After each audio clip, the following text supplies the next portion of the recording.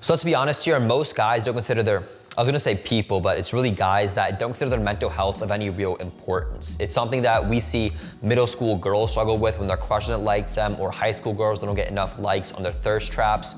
Talking about your feelings, how anxious you are, how much you overthink, how you have no one to confide in, like those sorts of issues. We don't talk about that stuff because that's gay. But I'll be honest here, I actually had some mental health issues pretty recently. About 8 months ago, I moved to San Francisco with the sole intention of just grinding, turning my internship into a high-paying full-time job, growing this YouTube channel, launching one of my other businesses off the ground. And although that was fairly successful, I severely limited my time with friends and family, and that came back to bite me. There were multiple weeks when I would only leave the house to go work out 4 times and just to get groceries on Sunday. But even before that, before the lockdowns, before everything, I had poor mental health, and I'm willing to bet that you did and do too.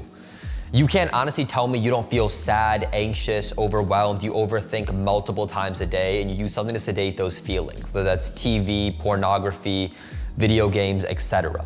And that is not normal. But the reality is 1 out of 4 Americans have a diagnosable mental health issue, and way too many people are either very anxious or have borderline depression. I know, especially for my guys though, you might not think that's a big issue, you can toughen up through it. I especially have that mindset where once I start making more money, once I build more muscle, all these issues will start taking care of themselves and life will be fine. But I guarantee you, if you guys take the time to set your mental health straight, every single aspect of your life will improve. And I get that it's not as catchy as building muscle or growing a business, but believe me, it really is an umbrella over your entire life. Every single aspect of your life, from the way you interact with people, to how you're perceived, to how your workouts go, will be determined by your mental health. And the good news is it's actually quite easy to fix. It's one of the easiest and fastest parts of my day once I took a bit of time to straighten myself out. Assuming you guys don't actually have any real serious traumas, in which case you might want to see a professional or something like that. So if you guys are interested though, here's what I found to be the best ways to fix your mental health as soon as possible. So I divide this into 2 stages. Stage A is figuring out what the hell is wrong with you and how messed up you are. The first link in the description below, I'm gonna have 2 mental health tests, the PERMA and the Authentic Happiness. Both these are meant to measure your general well-being, positive, negative emotions, your relationships, your engagements, etc. I personally avoided taking both these tests because I didn't want to know how messed up I was and how I was pretty sad most of the day and didn't have anyone to confide in. But both these tests take 5 minutes each to do. They're mainly multiple choice. They'll give you a good sense of where you rank compared to other people and how messed up you are. It takes 5 minutes and you'll have something to compare yourself to in the future to see whether or not you are improving. Now the second thing, still in stage A though, is gonna take the longest, but it is by far the most beneficial. And make sure you guys actually take those mental health tests first, guys. If I'm serious about that, first links in the description below. Take those mental health tests and we'll go from there. All right, I bet some of you guys haven't done it, but for those of you guys who actually have done it, I'm proud of you guys. Now I want you guys to answer 2 journal prompts on pen and paper. And the first one is, what in life made you view yourself negatively? Go back as far as you can, as the very first moment you can remember. Did you pee in front of the whole class? Did you get bullied? Did your parents beat you? Did your crush reject you? Did you trip and fall in a pile of bun in front of everyone? Just any and every single thing you can remember that made you view yourself negatively. Over time, your brain will only remember important events, so it's not gonna be a ton of stuff. But really take the time to go through this and as far in detail as you guys can, as far back as you can. This took me 2.5 hours to do because I didn't realize how much stuff I had built up. And especially for me, when I was in middle school, I had a very rough time with just, a lot of stuff I don't want to talk too deep about. As I took this journal prompt, it made me realize that the hardest times were behind me. And over time, although I've had issues, nothing compares to how bad that time was. And relatively speaking, when you actually write it out, you realize that, hey, it wasn't that bad what I experienced. And believe me, when you finish this, when you write that last period on the last sentence from the time last week where you dropped a pile of fruit in front of everybody and you got embarrassed, you will feel this feeling of bliss just completely wash over you, just getting all that out. And especially for us younger people who aren't married, we don't have anyone we can deeply confide in. You have your parents, your siblings, your friends, if you're lucky, a few really close friends, but no one you can pour out your entire soul to. And when you answer this journal prompt, it's as if you can talk to someone and tell them everything that's happened to you in your life story, and so you don't have to shoulder that burden by yourself anymore. Believe me, you guys will write until your fingers hurt. And when you finish that last sentence again, you're gonna feel like you got it all off your chest. You can start new. All that bad stuff is now actually behind you in your past. You can start with a brand new, fresh start. Answering that prompt will be a bit of an experience. And once you finish that and take a bit of a break if you guys need to, I want you to answer the second prompt, which is, can you learn to love yourself unconditionally? And I think you will be very surprised with how your answer is onto this prompt once you've done the one before it. And that wraps up stage A. Now stage B is what you're gonna do going forward. This consists of 3 things, but the first 2 are meditating and gratitude journaling. I know you don't wanna do any more work. It sounds like a ton of work to meditate for an hour a day, but for both of these, all you have to do is the bare minimum. And you have 2 checkboxes in your head for meditating and gratitude journaling. All you have to do to check them is just take the bare minimum of it. So for meditating, just take 1 deep, mindful breath where you close your eyes, you feel your lungs expand and contract, you feel the carpet curled under your toes, the gust of wind on your arm hair, and you can check off that box. And for gratitude journaling, just write a single word of what you are thankful for today.